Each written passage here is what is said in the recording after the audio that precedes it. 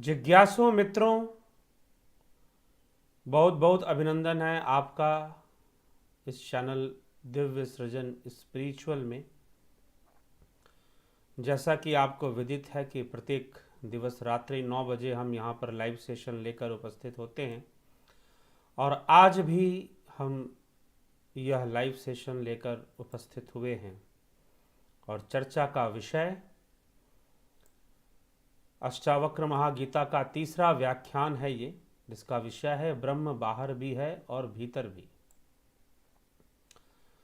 वस्तुतः यह विषय अंत में ही आएगा, क्योंकि इस श्लोकों के आधार पर हम चलेंगे तो निश्चय ही विषय अंत में ही आएगा। तो आप सभी का बहुत बहुत अभिनंदन है, जितने भी मित्र यहाँ पर उपस्थित हैं और जो प्रतीक्षा कर रहे थे। प्रतीक्षा समाप्त हुई और जो भी आपके प्रश्न हैं उन पर भी चर्चा होगी।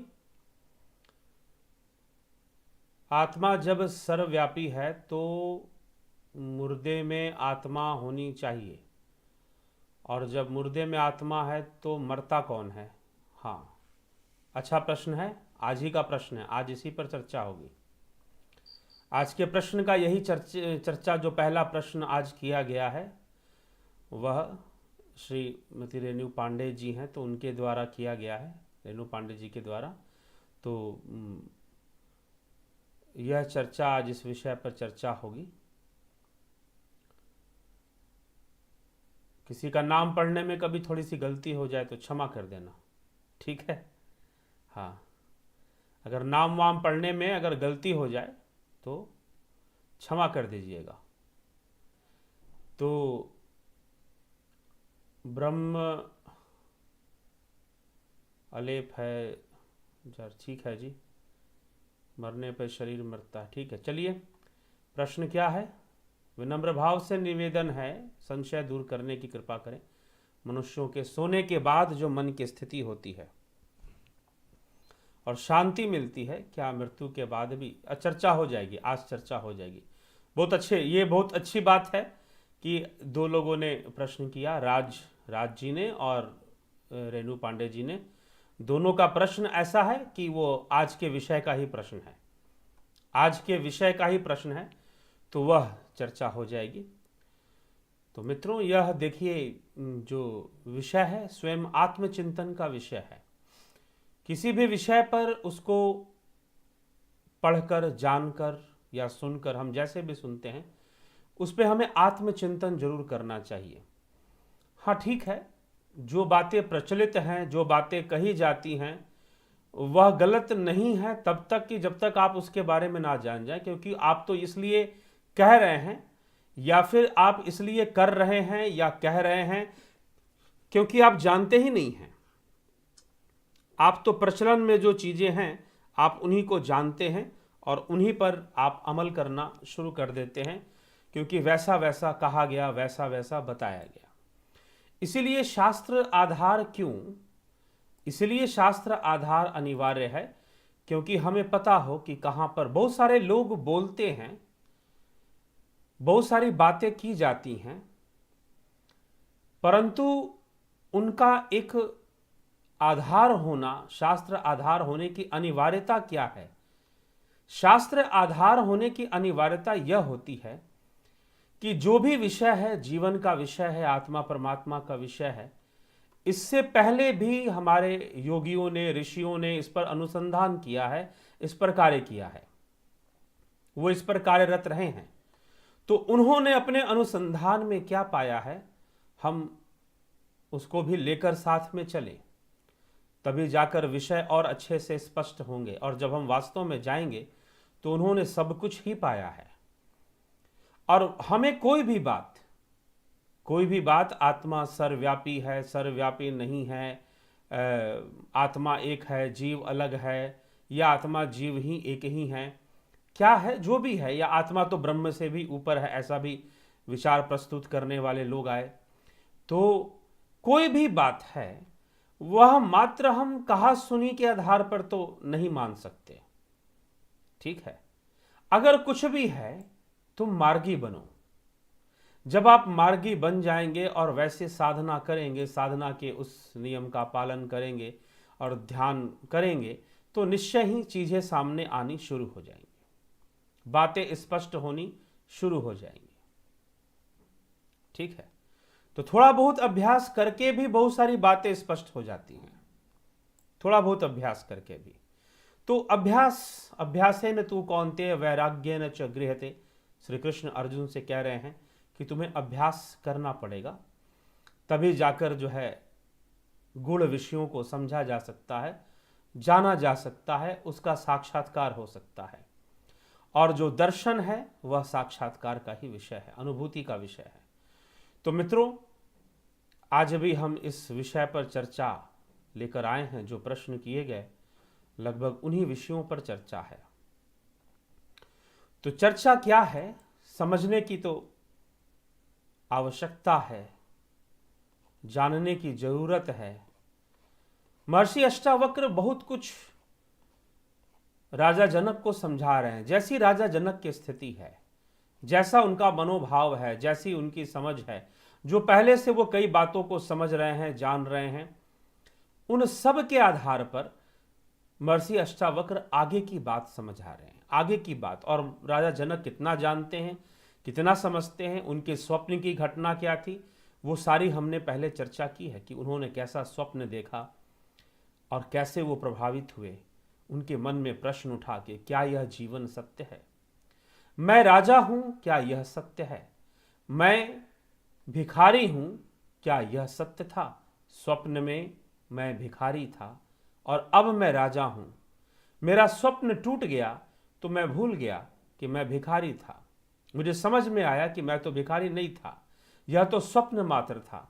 लेकिन उस स्वप्न में भी मैं भिखारी का दुख झेल रहा था, वह दुख जो मैंने अपने जीवन में कभी नहीं झेला, वह दुख जिसका सामना मैंने अपने जीवन में कभी भी नहीं किया। मैं उस दुख को सहन कर रहा था, मैं उस दुख का सामना स्वप्न में कर रहा था। निद्रा टूट गई और मैं राजा हो गया। मैंने पाया कि मैं राजसैया पर सो रहा हूं, विश्राम कर रहा हूं, आराम कर रहा हूं। लेकिन मैं राजा हूं, क्या यह भी सत्य है? कहीं यह स्वप्न तो नहीं है, कहीं यह स्वप्न तो नहीं। और फिर किसी दिन यह स्वप्न भी टूटेगा, यह स्वप्न भी टूटेगा, कहीं ऐसा तो नहीं है। सत्य क्या है? सत्य को जानने की इच्छा है। और महर्षि अष्टावक्र बता रहे हैं कि तू है क्या? तू ना तो ब्राह्मण है, ना क्षत्रिय, ना वैश्य, ना शूद्र, ना ब्रह्मचारी, ना गृहस्थ, ना वानप्रस्थी, ना सन्यास, ना बालक, ना युवा, ना प्रौढ़, ना वृद्ध। यह सब तो तेरे शरीर की अवस्थाएं हैं, यह सब तो तेरे शरीर का अभिमान मात्र है। यह तो नश्वर अभिमान ही है जिसको तू प्राप्त होता रहता है। लेकिन यह सब रहने वाला नहीं, यह सब टिकने वाला नहीं।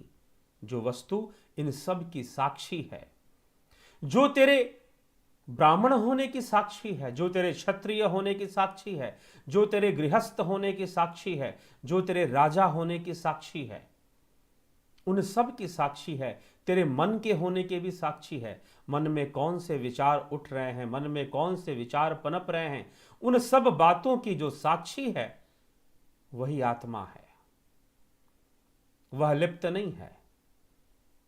यहां तक कि महर्षि अष्टावक्र कह रहे हैं कि ना तो कोई बंधन है और ना ही कोई मोक्ष है। बंधन भी नहीं होता और मोक्ष भी नहीं होता।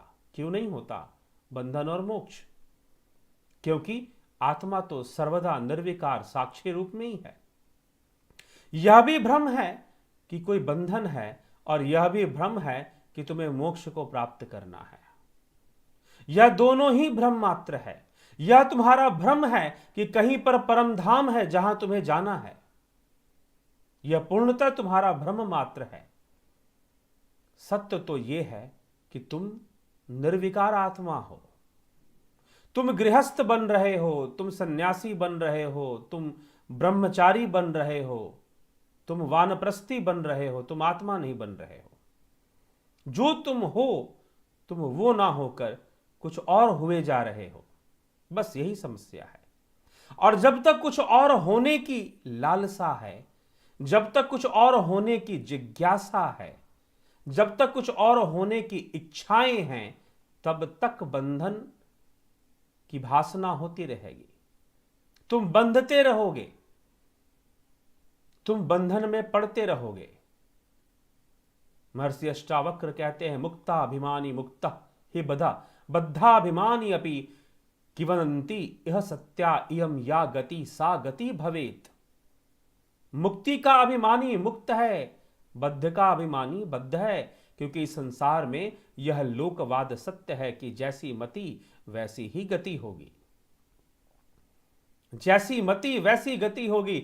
अगर तुम्हारी मति है कि ब्राह्मणों अहम, क्षत्रियो अहम, शूद्रो अहम, वैश्यो अहम, तो तुम वैसे ही मति को, तुम देहाभिमान को ही प्राप्त होते रहोगे। लेकिन अगर तुम कहोगे निरंजनो अहम, निराकारो अहम, शिवो अहम, नारायणो अहम, वैश्यो, जब तुम यह कहोगे निर्विकल्पो अहम, निराकारो अहम, शुद्धो अहम, कि मैं तो शुद्ध आत्मा हूं, जब तुम ऐसी मति रखोगे तो निश्चय ही तुम फंसोगे नहीं। जैसी गति होगी तुम्हारी वैसी मति अपने आप बन जाती है। हम फंस जाते हैं। वास्तव में कोई बंधन नहीं है। क्या बंधन है? बंधन नामक कोई चीज नहीं है। और जब बंध नहीं है तो मोक्ष क्यों होगा? अब यह बात ऐसे कहने की आवश्यकता क्या पड़ गई? महर्षि अष्टावक्र को यह कहने की आवश्यकता क्या पड़ गई कि जब बंध नहीं है तो मोक्ष क्यों होगा? यह कहने की आवश्यकता इसलिए पड़ गई क्योंकि समाज भ्रमित हो गया, शब्दों से भ्रमित हो गया, शब्दों से समाज भ्रमित हो गया। उसको लगने लगा कि किसी लोक में कोई परम धाम नामक स्थान है जहां पर मुझे जाना है, जिसकी मुझे प्राप्ति करनी है। श्री कृष्ण श्रीमद् भगवद गीता में स्पष्ट करते हैं, कहीं कुछ बाहर नहीं है। और तुम्हारे भीतर क्या? भीतर भी कोई जाने की, कहां भीतर जाओगे? क्या कोई गुफा है जिसके अंदर घुस जाओगे? कहां जाओगे? आवरणों को हटा दो। यह अष्टावक्र महागीता की एक विशेषता है कि ये कहीं जाने की बात नहीं करता। कहां जाओगे, कहां से आओगे? भाई, जाना आना परमात्मा का काम नहीं है। जाना आना ब्रह्म का काम नहीं है। ईश्वर का काम, परमेश्वर का काम जाना और आना नहीं है। जो वस्तु जाती है और वो आती है, वह परमात्मा कैसे हो सकती है? वह तो हमेशा स्थिर है, उसके लिए तो काल भी नहीं है। क्योंकि जो वस्तु आएगी और जाएगी वह काल में सीमित होगी। उसके लिए कहना पड़ा कि इस समय आई थी और इस समय चली गई। तो काल का बंधन स्वीकार करना पड़ेगा परमात्मा के लिए। अगर तुम कहोगे कि परमात्मा आए थे और फिर परमात्मा चले गए, तो निश्चय ही तुम्हें परमात्मा के लिए काल का बंधन स्वीकार करना पड़ेगा, क्योंकि यह आना जाना तो काल में ही संभव है। और जो काल के बंधन में नहीं है, जो किसी खास समय पर आया था और फिर चला गया है, उसके लिए तो काल निश्चित हो गया। वो तो काल में बंध गया, क्योंकि वो आया था, किसी खास समय तक रुका था और फिर वो चला गया था। कुछ लोग ऐसी व्याख्या कर देते हैं। महर्षि अष्टावक्र सारे शब्दों का जाल खत्म कर रहे हैं। कौन सा बंधन, कैसा मोक्ष? कहां जाओगे मोक्ष लेने? कौन से परम धाम को प्राप्त करोगे? कहां पर है परम धाम? को कितनी दूरी पर है? कितने किलोमीटर, कितने माइल, कहां है, किधर है, किस डायरेक्शन में है, किस दिशा में है? ऊपर की ओर है। ऊपर की कौन सी दिशा? ऊपर की भला कौन सी दिशा? धरती तो घूम रही है, हर समय घूम रही है। अभी उंगली करोगे ऊपर, 1 घंटे बाद ऊपर बदल जाएगा। 1 घंटे क्या बाद, 10 मिनट बाद ही बदल जाएगा। पृथ्वी तो घूमती है 30 किलोमीटर प्रति सेकंड के हिसाब से, 30 किलोमीटर प्रति सेकंड के हिसाब से। सेकंड, 1 सेकंड में कितनी? 30 किलोमीटर प्रति सेकंड के हिसाब से धरती भाग रही है, घूम रही है। सेकंड भर में ही तुम्हारा ऊपर बदल जाएगा, 30 किलोमीटर बदल जाएगा वो। सेकंड भर में ही तुम्हारा ऊपर बदल जाएगा। फिर ये ऊपर कौन सी जगह है? ये ऊपर कहां है? तो कुछ भी नहीं है, ना बंधन है, ना ही तुम्हें मोक्ष की कोई कहीं से तुम मोक्ष प्राप्त करोगे, कहीं जाकर करोगे, जी नहीं। भगवान शिव कहते हैं, स्कंद महापुराण, भगवान शिव कह रहे हैं, इदम तीर्थमिदम तीर्थ भ्रमंती तामसा जना आत्म तीर्थम न जानंती कथम मोक्षम वराण्ये। हे वराण्ये, हे पार्वती, जो आत्म तीर्थ को नहीं जानता लेकिन बहुत सारे तीर्थों की यात्रा कर रहा है, किस लिए? कि मोक्ष होगा, जी नहीं। जो आत्म तीर्थ को ही नहीं जान रहा, भला उसका मोक्ष कैसे होगा? मात्र महर्षि अष्टावक्र ऐसा कह रहे हो? नहीं, शिव भी ऐसा कह रहे हैं। शिव संहिता के अंदर स्कंद महापुराण की वाणियों में जहां शिव की वाणी आती है, वहां पर वो ऐसा कह रहे हैं, इदम तीर्थमिदम तीर्थ भ्रमंती तामसा जना आत्म तीर्थम न जानंती कथम मोक्षम वरानने। हे वरानने, हे पार्वती, उन्हें मोक्ष कहां से मिलेगा? जो तीर्थों की यात्रा तो कर रहे हैं लेकिन आत्म तीर्थ की यात्रा नहीं करते, आत्म तीर्थ को नहीं जानते, कैसे मोक्ष मिलेगा उन्हें? तो मित्रों, यह विचार करने योग्य बात है। और महर्षि अष्टावक्र राजा जनक से यही समझा रहे हैं, आत्मा साक्षी विभु पूर्ण एकः मुक्त चित्त अक्रिय असंग निष्प्रिय शांत भ्रमात संसारवान इव। आत्मा साक्षी है, व्यापक है, पूर्ण है, एक है, मुक्त है, चैतन्य रूप है, क्रिया रहित है, संग रहित है, इच्छा रहित है, शांत है। भ्रम के कारण संसार वाला भासता है। बंध और मोक्ष दोनों अवास्तविक हैं, अनरियल हैं, और केवल अपने स्वरूप की अज्ञानता से देह आदि में अभिमान करके जीव अपने को बंधायमान करके मुक्त होने की इच्छा करता है। तुमने स्वयं ही तो बंधन पकड़ रखे हैं। तुम कहां बंधे हुए हो भाई? तुम कहां बंधन में हो? तुम तो मुक्त हो, तुम बंधन में कहां हो? एक बार क्या हुआ कि ठाकुर रामकृष्ण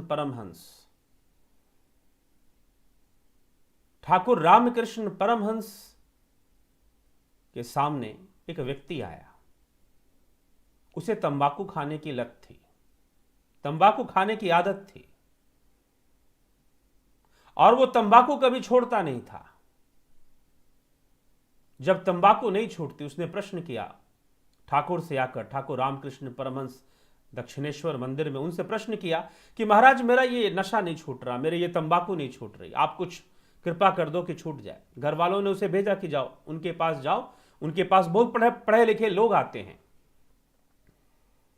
उनके पास बहुत पढ़े लोग आते हैं उनसे ज्ञान प्राप्त करने, तुम भी उनके पास जाओ। उस समय बंगाल के, कोलकाता के बहुत सारे विद्वान, केशव चंद्र सेन, ईश्वर चंद्र विद्यासागर, ये सभी रामकृष्ण परमहंस के पास आते थे। तब तक उस क्षेत्र में उनकी वैसी ख्याति हो चुकी थी। स्वामी विवेकानंद तो उनके शिष्य ही थे। तो उनको भेजा गया कि तुम जाओ उनके पास और जाकर पता करो कि कैसे छूटेगी ये गंदी लत। चले गए। जब चले गए, पूछा कि मेरी तंबाकू की लत है, मुझे ये कैसे छूटेगी? तो उन्होंने पूछा, जब पूछा, ये प्रश्न किया, तो उत्तर मिला। ठाकुर ने कहा कि छोड़ना चाहते हो? उसने कहा कि हाँ जी, छोड़ना चाहता हूं। तो रामकृष्ण परमहंस क्या करते हैं कि अपने मंदिर से बाहर निकलते हैं, और बाहर निकलकर बाहर में एक वृक्ष था, एक पेड़ था, जाकर उस पेड़ से लिपट जाते हैं, दोनों हाथों से उस पेड़ को पकड़ लेते हैं, और पकड़कर चिल्लाने लगते हैं, रोने लगते हैं कि बचाओ बचाओ, मुझे पेड़ ने पकड़ लिया, मेरी रक्षा करो, मुझे पेड़ ने पकड़ लिया, मुझे पेड़ ने पकड़ लिया, मुझे पेड़ ने पकड़ लिया। वो आदमी कहने लगा कि नहीं महाराज, छोड़ दीजिए, पेड़ को छोड़ दीजिए, इतना रोने की जरूरत नहीं है, इतना परेशान होने की आवश्यकता नहीं है, छोड़ दीजिए पेड़ को। ठाकुर ने छोड़ा ही नहीं। ठाकुर तो और रोए जा रहे हैं, चिल्लाए जा रहे हैं कि मुझे पेड़ ने पकड़ लिया, मुझे पेड़ ने पकड़ लिया, मुझे पेड़ ने पकड़ लिया।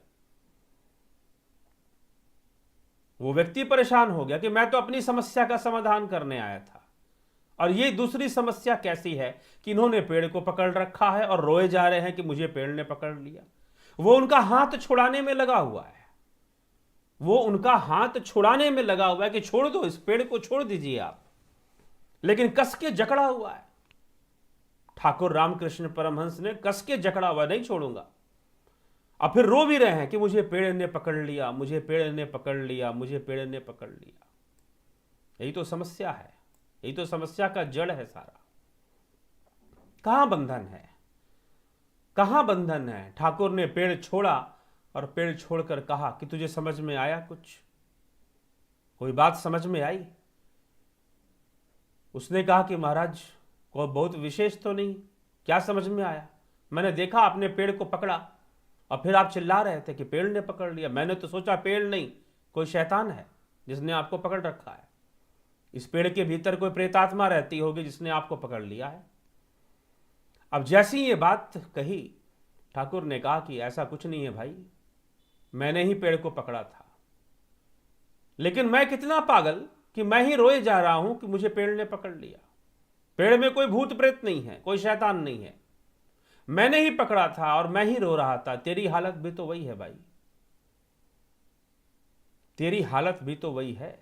तूने पकड़ रखा है बहुत सारी चीजों को, तूने बांध रखा है अपने आप को, और किसी ने नहीं बांधा। तू छोड़ दे, तंबाकू छोड़नी है छोड़ दे। अब इसके लिए क्या कोई मंत्र मारूंगा मैं कि तू मेरे पास आ गया है कि मैं मंत्र मारूंगा और ऐसे गायब हो जाएगा? छोड़ दे धीरे धीरे, अपने मन से छोड़ पहले। जब तक मन से नहीं छोड़ेगा तब तक बाहर से कैसे छूटेगा? तंबाकू ने तुझे नहीं पकड़ा है, तूने तंबाकू को पकड़ रखा है। और तू कहता है कि आदत लग गई, लत लग गई, मतलब तंबाकू ने तुझे पकड़ लिया। भर्तृहरि जी कहते हैं, भोगे न भुक्ता वयमेव भुक्ता, तपो न तपता वयमेव तपता, तृष्णा न जड़ना वयमेव जड़ना। तृष्णा वृद्ध नहीं होती, ये शरीर वृद्ध हो जाता है। वृद्ध शरीर में भी तृष्णाएं उछलती रहती हैं, परेशान करती रहती हैं जीव को। तो पकड़ रखा है, हमने अपना संसार बनाया है अपने कर्मों से, अपनी कामनाओं से, अपनी इच्छाओं से। ये बात समझ में आ जाए, लेकिन दोष हम लगाना शुरू कर देते हैं ईश्वर के ऊपर। मिथ्या दोष लगा वही, मिथ्या दोष लगाते हैं। काल ही कर्म ही ईश्वर ही, मिथ्या दोष लगा वही, गोस्वामी तुलसीदास जी लिखते। तो मिथ्या दोष लगाते हम ईश्वर के ऊपर कि ईश्वर ने हमें दुख दे दिया, ईश्वर ने सब कुछ सृजन किया हुआ है हमारे ही कर्मों के द्वारा, जिसका प्रारब्ध हम भोगते रहते हैं। हमने बहुत सारी चीजों को पकड़ रखा है। तो बंधन कहां है? बंधन तो है ही नहीं, खुद फंस जाते हो, बिल्कुल उस बंदर वाली हालत। गोस्वामी जी क्या कहते हैं कि बंधियो जीव मरकट की नाई, कि जीव जो है मरकट की तरह, बंदर की तरह। कैसे? एक बंदर था, बड़ा परेशान कर रखा था उसने घर वालों को। घर वालों ने सोचा कि भाई क्या किया जाए, ये बंदर आते हैं बड़ा नुकसान करके चले जाते हैं, कभी खाने पीने की चीजें बर्बाद करते हैं, कभी कपड़े फाड़ देते हैं, जो छत पर सूख रहे होते हैं कपड़े फाड़ देते हैं। क्या किया जाए? उन्होंने क्या किया कि छत के ऊपर एक सुराही रख दी, पतले पतले गले वाली सुराही। एक सुराही रख दी मिट्टी की और उसमें चने डाल दिए। बंदर चने का लालची था। बंदर आया, देखा कि इसमें चने पड़े हुए हैं, क्यों ना मैं एक मुट्ठी निकाल लूं इसमें से और निकाल के भाग जाऊं। अब चने तो उसमें बहुत सारे थे, भारी भी था, वजनदार भी था। अब बंदर ने उसमें डाल दिए हाथ अपने, मुट्ठी में चना भर लिया। अब मुट्ठी निकालने की कोशिश की, मुट्ठी बंद कर ली, और जब निकालने की कोशिश की तो मुट्ठी तो बाहर नहीं आ रही है। अब बेचारा फंस गया, उसका उतना वजन वो उठाने में सामर्थ्य रखता नहीं है। सुराही का वजन उठाने का सामर्थ्य उसके अंदर नहीं है। अब भागे तो कैसे भागे? भागने के लिए चना छोड़ना पड़ेगा, भागने के लिए चने का मोह छोड़ना पड़ेगा, चने का लालच छोड़ना पड़ेगा। बंधा कौन? वो खुद ही तो बंधा हुआ है। अगर भागने का शौक है तो चना छोड़, और अगर नहीं तो कुछ दूसरा उपाय ढूंढ। क्या कर सकता है? बंधा हुआ है, बस इतना जान ले, कम से कम इतना जान तो ले कि तूने स्वयं को ही बांध रखा है, कोई दूसरा थोड़ी ना बांधने आया है, दूसरा थोड़ी ना कोई बांधने आया है। इसलिए आत्मा साक्षी विभु पूर्ण एवं मुक्त चित्त अक्रिय। बंधन और मोक्ष तो दोनों क्या है, एक भ्रम मात्र है। तुम तो सर्वदा मुक्त ही हो। सच्चाई ये है, बस तुम्हें जानने की आवश्यकता है, तुम्हें यह समझने की आवश्यकता है। जब तक तुम बंधे हुए हो, तो जब तक तुम्हारा बंधन है तब तक क्या हुआ कि एक बार एक व्यक्ति था, उसका नाम था मूर्ख। मूर्ख उसका नाम था, और उसकी जो पत्नी थी उसका नाम था मुसीबत। मूर्ख और मुसीबत। कहते हैं कि वो चली गई छोड़कर उसे एक दिन मूर्ख को। मूर्ख ढूंढता ढूंढता चला गया वन के अंदर। जब वन में पहुंचा तो वहां क्या देखता है कि एक तपस्वी तपस्या कर रहे हैं। एक तपस्वी जो है वो तपस्या कर रहे हैं। उनसे पूछा कि भाई आपने मेरी अर्धांगिनी को देखा है? उन्होंने कहा कि नहीं, मैंने तो अर्धांगिनी को नहीं देखा। तुम बताओ तुम्हारा नाम क्या है? उसने कहा कि मैं तो मूर्ख हूं। तुम्हारी पत्नी का नाम क्या है? उसने कहा मुसीबत। अच्छा, तो फिर दिक्कत क्या है? मूर्खों को मुसीबत तो अनेकों मिल जाएंगी, परेशानियां तो उनको मिलती ही रहेंगी, 84 के चक्कर में तो उनको घूमना ही पड़ेगा। तो कुछ इस प्रकार के मूर्ख बन जाते हैं हम सब। ये ऐसा नहीं कि किसी व्यक्ति के लिए कहा जा रहा है, उसमें कहीं ना कहीं हम सब आते हैं। मैं भी आता हूं, आप सब भी आते हैं। जो मूर्ख बने रहते हैं और मोक्ष ढूंढते रहते हैं और परमधाम ढूंढते रहते हैं कि हम परमधाम को जाएंगे। कहीं पर है किसी जगह पर जहां हम जाएंगे और परमधाम नामक कोई लोक है? कोई लोक नहीं है। सारे आवरणों को हटा दो, स्थूल शरीर के आवरण, सूक्ष्म शरीर के आवरण सब हट जाएंगे तो निश्चय ही तुम मुक्त हो। तुम परमधाम में ही बैठे हुए हो। कहीं जाने की जरूरत नहीं है कि तुम परमधाम में जाओगे। तुम सर्वदा परमधाम में हो। जब तुम सारे आवरणों से भिन्न कर स्वयं को जान लोगे तो तुम परमधाम में ही हो। महर्षि अष्टावक्र कहते हैं, कुटस्थम बोधम अद्वैतम आत्मानम परिभावय आभासः अहम भ्रमम मुक्त्वा भावम बाह्यम अथ अंतरम। आभास रूप अहंकारी जीव हूं। मैं कौन हूं? मैं आभास रूप अहंकारी जीव हूं। अहम आभासः, आभासा अहम भ्रमम। मैं भ्रमयुक्त हूं। यह सब कुछ एक आभास मात्र है तुम्हारे चित्त के अंदर। मैं आभास रूपी अहंकारी जीव हूं। बाहर भीतर भाव को छोड़ करके मैं आभास रूपी अहंकारी जीव हूं। ऐसे भ्रम को और बाहर भीतर भाव को छोड़ करके तू कुटस्थ बोध रूप आत्मा को विचरण कर। विचरण कर कि ना तो मैं शरीर हूं, ना मैं जीव हूं। ऐसे भ्रम को और बाहर भीतर भाव को छोड़ दे। मतलब बाहरी जितनी भी भावनाएं हैं, तेरे मन में जितनी भी तरंगे उठती हैं, उन सब से अपना संबंध तोड़कर तू अपने आप को देख। देहा अभिमान पाशेन चिरम बुद्ध असी पुत्र का बोध अहम ज्ञान खड्गेन तत निष्कृत्य सुखी भव। हे जनक, हे पुत्र, देह के अभिमान रूपी पाश से बहुत काल का बंधा हुआ तू है। मैं बोध रूप हूं। ऐसे ज्ञान रूपी तलवार से उसको यानी उसी रस्सी को काट करके तू सुखी हो जा। देह के अभिमान रूपी पाश से, देह का अभिमान रूपी पाश, हम अपने सारा बोध और सारे निर्णय इस देह के बंधन में ही तो लेते हैं। सारे रिश्ते नाते परिवार के सदस्य का आधार क्या है? सब देह का बंधन है। नौकरी चाकरी रिश्तेदारी मित्र सब कैसे बन रहे हैं? देह के बंधन का आधार लेकर बन रहे हैं। लेकिन फिर भी क्या हम देह हैं? हमें स्वयं प्रश्न करना चाहिए, क्या हम देह हैं? क्या हम शरीर हैं? तो क्या हम ही थे जो बालक से वृद्ध हो गए, युवा हो गए? यह तो बदल गया, वह तो रहा ही नहीं। वो बालक वाला शरीर ही नहीं रहा, युवा वाला शरीर भी नहीं रहा, वृद्धावस्था की ओर अग्रसर हो गए हम। तो क्या हम ही हैं वो सब? अगर हम नहीं तो फिर कौन है?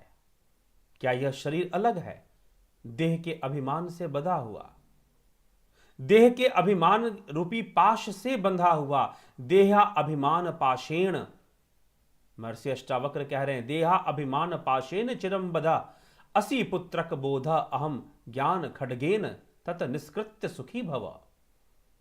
कि ज्ञान रूपी खड्ग से तू बुद्धत्व को प्राप्त हो जा, बोध को प्राप्त हो जा, और बोध को प्राप्त होकर ज्ञान रूपी तलवार से उस अभिमान को, जो कि रस्सी में सर्प के समान प्रतीत होती है, तो उसे काट दे, उसे खत्म कर दे। निसंगो निष्क्रिय असि त्वम स्वप्रकाश निरंजन अयम एव हि ते बंध समाधिम अनुतिष्ठसी। तू संग रहित है, क्रिया रहित है, स्वयं प्रकाश रूप है, निर्दोष है। यही तेरा बंधन है जो समाधि को अनुष्ठान करता है।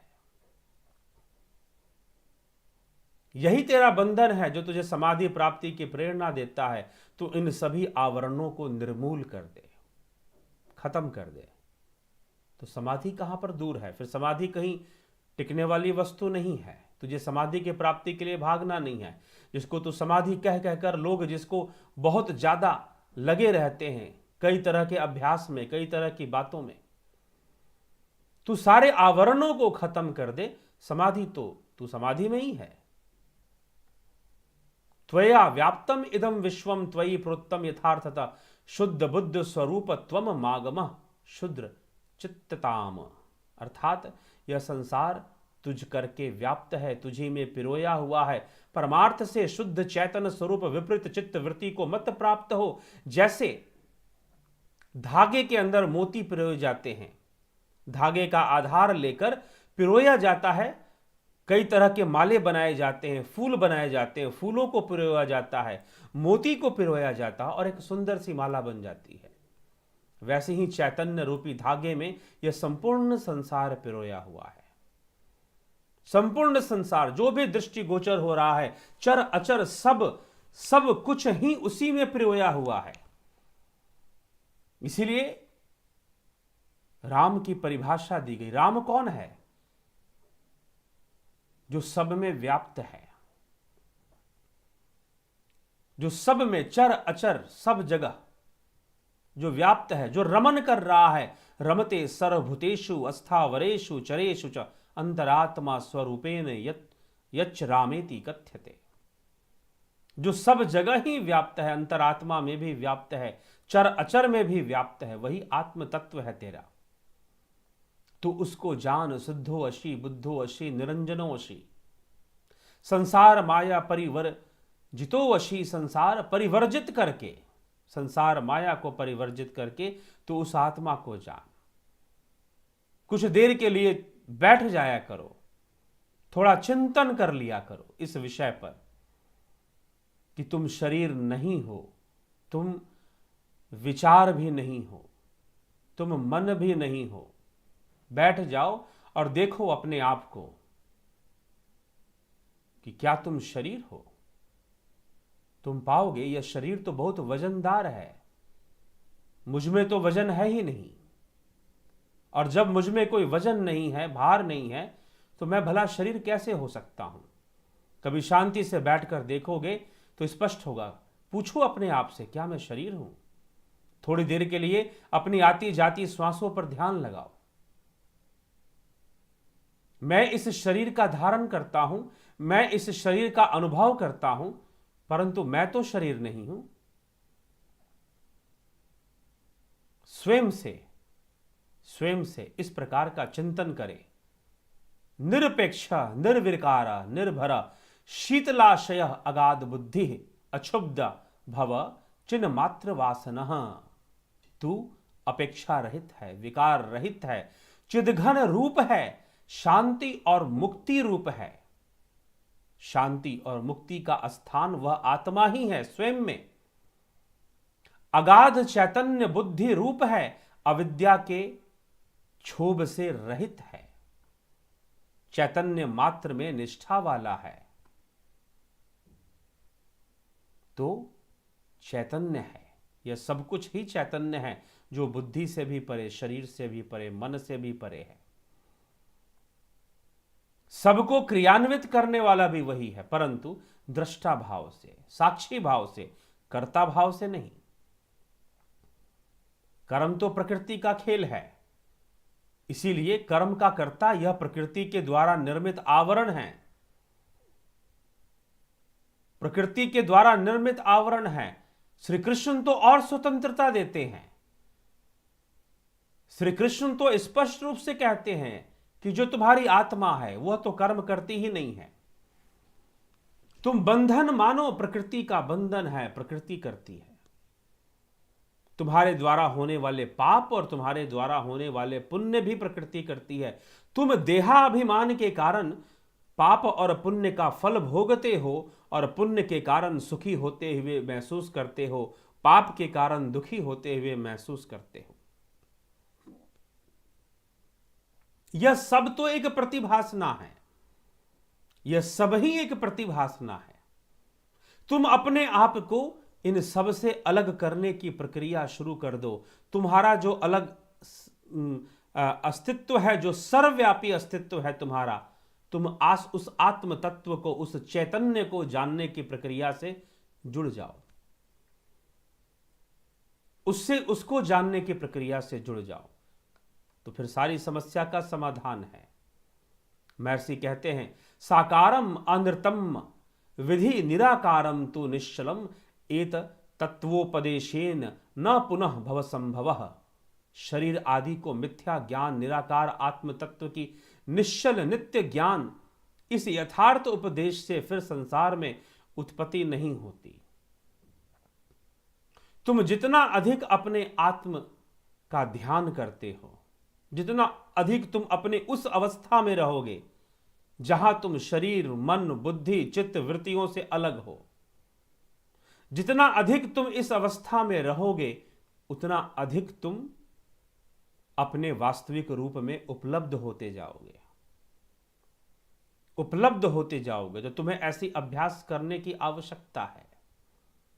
हे राजा जनक, महर्षि अष्टावक्र कहते हैं, साकार जो शरीर आदिक हैं उनको तो मिथ्या जान। जो मिथ्या होकर बंध का हेतु होता है वही विष के योग्य, त्यागने योग्य भी होता है। विष की तरह उसे त्याग देना चाहिए। इसी में वो कहते हैं कि आदमी सोचता रहता है कि ऐसा करेगा, वैसा करेगा। एक बार एक व्यक्ति था, कथा सुनाई जाती है। एक व्यक्ति था, वह कहीं पर सो रहा था अपने बिस्तर पर। तो उसकी पत्नी ने पूछा कि जब आपके पुत्र का जन्म होगा तो आप उसे कहां सुलाएंगे? उसने कहा कि मैं उसे बिल्कुल अपने बगल में सुलाऊंगा, यहां पर इस स्थान पर सुलाऊंगा। कहा कि एक और पुत्र होगा, फिर उसे कहां सुलाओगे? तो यहां सुलाऊंगा। फिर तीसरा अगर हुआ, तीसरी संतान हुई, उसे कहां सुलाओगे? बेचारे गरीब थे, बेड तो उनके पास एक ही था। उसे कहा कि मैं यहां सुलाऊंगा। फिर चौथा होगा तो उसे कहां सुलाओगे? यहां सुलाऊंगा। इतना कह ही रहा था कि धड़ाम से गिर गया, धड़ाम से गिर गया। बस यही मनुष्य की स्थिति है। तुम जोड़ते जाते हो कि तुम ये करोगे, तुम वो करोगे, तुम ऐसा करोगे, तुम वैसा करोगे, तुम प्रॉपर्टी बनाओगे, तुम ऐसा बनाओगे, तुम वैसा बनाओगे, और स्वयं में ही दुखी होते रहते हो। तुम्हारी प्रतिस्पर्धा करने की जो प्रवृत्ति है वही तुम्हें दुखी करती रहती है, तुम्हें अशांत करती रहती है। अब फिर जब तुम दुखी हो जाते हो, फिर सोचते हो इसका निवारण क्या हो सकता है, इसका क्या समाधान हो सकता है? तो नित्यम विज्ञान मा आनंदम ब्रह्म, अर्थात आत्मा नित्य विज्ञान और आनंद रूप है। तुम सारे आवरणों से मुक्त जब तक नहीं हो जाओगे, तुम्हारे दुखों का जो सामान है, दुखों का जो संसार है, वह भी खत्म होने वाला नहीं है। इसलिए मित्रों, आवश्यक है इस विषय पर विचार करना कि आत्मा क्या है। हम स्वयं ही तो आत्मरूप हैं, कहीं से और कुछ आत्मा थोड़ी ना है, हम ही आत्मा हैं। हम आवरणों के कारण शरीर बने हुए हैं और फिर उस शरीर के कारण हम ब्राह्मण बन गए, क्षत्रिय बन गए, वैश्य बन गए, गृहस्थ बन गए, सन्यासी बन गए। चलो अपने समय के हिसाब से महर्षि अष्टावक्र लिख रहे हैं, आज की बात करें तो हम इंजीनियर बन गए, डॉक्टर बन गए, नेता बन गए, कोई ड्राइवर बन गया, कोई वक्ता बन गया, कोई श्रोता बन गया, लेकिन सब में तो वह एक ही चैतन्य है। इसी को समझाने के लिए महर्षि कहते हैं, यथा एव आदर्श मध्यस्थे रूपे अंतः परितः तु सह तथा एव अस्मिन् शरीरे अंतः परितः परमेश्वरः। जैसे निश्चय करके दर्पण के मध्य में स्थित हुए प्रतिबिंब में वह शरीर भासता है, वैसे ही इस शरीर में भीतर और बाहर से परमेश्वर भी भासते हैं। अर्थात वह भीतर भी हैं और वह बाहर भी हैं, हर तरफ हैं वो। एकम सर्वगतम व्योम बहि अंतः यथा घटे नित्यम निरंतर ब्रह्म सर्वभूत गणे तथा। जैसे सर्वगत एक आकाश बाहर भीतर में घट में भी है और बाहर भी स्थित है, वैसे ही नित्य निरंतर ब्रह्म तो सब भूतों के शरीर में भी स्थित है और उनके बाहर भी स्थित है। एष ते आत्मा सर्वस्य आंतर इति श्रुते। यह श्रुति वाक्य है कि यह तेरा ही आत्मा सबके अंदर व्यापक है। ऐसा जानकर हे जनक तू सुख पूर्वक विचर, अर्थात विचरण कर। सब जगह वह एक ही तत्व है, तुझे इससे कहीं भी भ्रमित होने की कोई आवश्यकता नहीं है, तुझे तनिक भी भ्रमित होने की जरूरत नहीं है। अनेकों आवरणों के कारण ही तो तू अपने आप को भिन्न समझ रहा है। तू अनेकों आवरण धारण करके कभी अपने आप को डॉक्टर समझता है, कभी इंजीनियर समझता है, कभी कुछ समझता है, और जब तुझे समस्याएं आती हैं तो फिर तू दुखी होता है। तू आवरण मुक्त हो जा और तू चैतन्य हो जा, संपूर्ण आवरणों से मुक्त हो जा, तू चैतन्य हो जा। इसलिए आत्मा सर्वव्यापी है, क्योंकि हमारा वास्तव में आत्मा शब्द का प्रयोग किस लिए?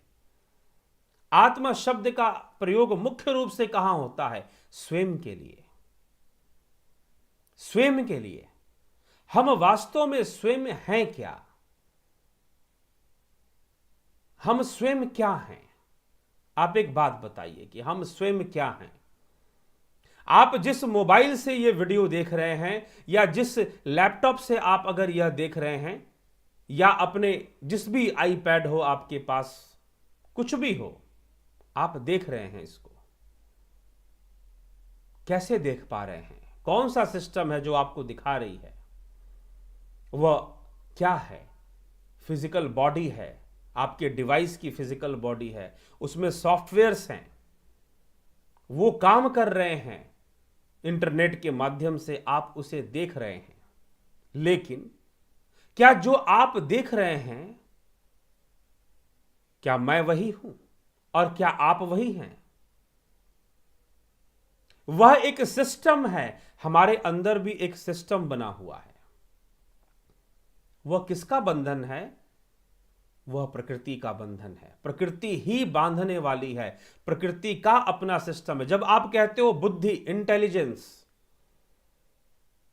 बुद्धि होना ईश्वर का गुण नहीं है, बुद्धि का होना प्रकृति का गुण है। इसलिए there is a natural intelligence जो आपके शरीर को चला रही है, मात्र वही नहीं, इस संसार को चलाने वाली भी। इस संसार की जो घटनाएं घट रही हैं उसके पीछे भी क्या है? नेचुरल इंटेलिजेंस काम करती है। यही तो सांख्य का कहना है। षड दर्शन परंपरा में जो प्रथम दर्शन है सांख्य शास्त्र, इसी बात पर जोर देता। इसी को श्री कृष्ण कहते हैं महत योनि ब्रह्म, अर्थात बुद्धि ही योनि है जहां से संपूर्ण विकारों का जन्म होता है, जहां से कर्म संस्कारों का जन्म होता है। यह अंतःकरण, मन, बुद्धि, चित्त, अहंकार जिसे हम कहते हैं, इंद्रियों के माध्यम से जो भी ग्रहण करने वाला जो केंद्र है वह बुद्धि है। उस केंद्र को बुद्धि कहा गया है। आत्मा ग्रहण नहीं करता है, आत्मा उस बुद्धि में, उस चित्त में मात्र देखता है, उसका दृष्टा है, उसे क्रियामान रखता है, उसे चलायमान रखता है। जैसे बिजली को इस बात से कोई लेना देना नहीं आपको हवा मिली कि नहीं मिली, वह तो पंखे को चलायमान रखता है बस। इसलिए आत्मा कर्ता नहीं है, मात्र साक्षी है, मात्र दृष्टा है। लेकिन यह दृष्टा और दृश्य का संयोग भी बंधन है। दृष्टा और दृश्य का संयोग भी बंधन है। वही महर्षि अष्टावक्र कह रहे हैं कि देखना बंद कर दे, तू अपने आप को देख कि तू चैतन्य आत्मा है। तू बस अपने आप को देख कि तू चैतन्य आत्मा है। तू देखना बंद कर कि तू शरीर है, तू देखना बंद कर कि तू मन है, तू देखना बंद कर कि तू चित्त है, तू देखना बंद कर कि तेरे चित्त में कैसी कैसी भावनाएं उठ रही हैं। जब तू देखना बंद कर देगा तो समाधि तो अपने आप हो जाएगी, मोक्ष तो अपने आप हो जाएगा। परम धाम में तो तू वैसे ही स्थित है। कहां जाएगा? चलकर जाएगा, दौड़कर जाएगा, कैसे जाएगा परम धाम की ओर? कोई लोक नहीं है ऐसा, तू स्वयं वहां पर स्थित है। पहले स्थूल का आवरण खत्म। आवरण खत्म मतलब कि अब लोग कहेंगे कि आवरण खत्म मतलब कि मृत्यु, मौत की बात कर रहे हैं। जी नहीं, अभिमान का आवरण खत्म। स्थूल अभिमान, स्थूल देह से जुड़ा हुआ जो अभिमान है उसका आवरण पहले खत्म। फिर सूक्ष्म का आवरण भी खत्म करो। अभिमानी जो सूक्ष्म अभिमानी है उसका आवरण भी खत्म कर दो, वह भी खत्म, तो बचेगा क्या? तुम निरंतर निर्विकार, निर्विकल्प, शुद्ध, वह आत्मा ही तो बचेगा, वह चैतन्य ही तो बचेगा, जिसके बिना ना बुद्धि है, ना चित्त है, ना मन है, ना अहंकार है, ना शरीर है, जिसके बिना कुछ भी क्रियामान रहने वाला नहीं है। वह कर्ता नहीं है, मात्र दृष्टा है। इसीलिए कहा गया मात्र साक्षी है। और फिर पहले तो बैठ जाओ, थोड़ी देर बैठो, लंबी सी श्वास भर लो,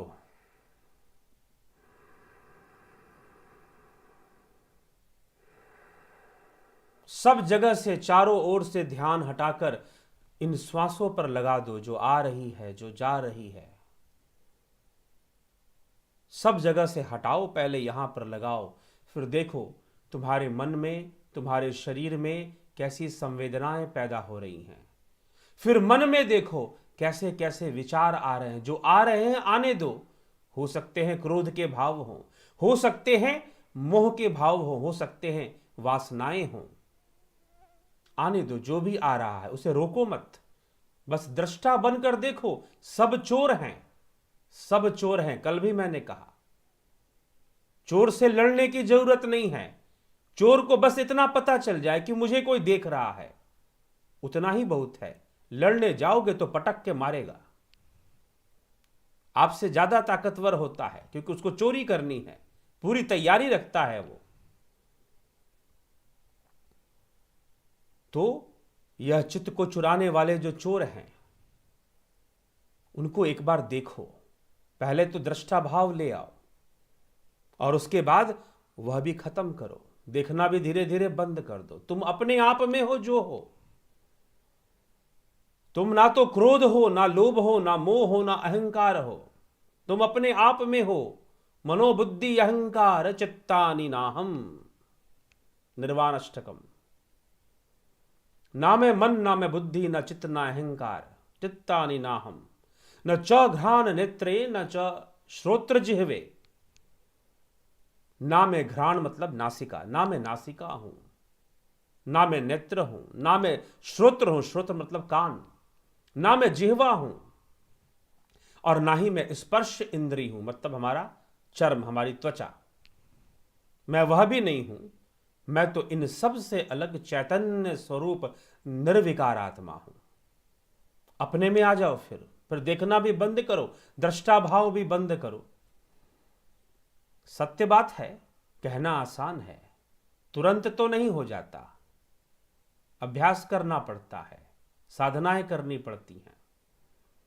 अंतर में देखो, तुम्हें ज्योति दिखाई देगी। उस ज्योति को भी दृष्टा भाव से देखो। उस अनहद नाद सुनाई देगा, तुम्हें नाद सुनाई देगा, उस नाद को भी दृष्टा भाव से सुनो। बाद में वो भी नहीं रहने वाले, शुद्ध चैतन्य ही रहेगा। और जब वो रहेगा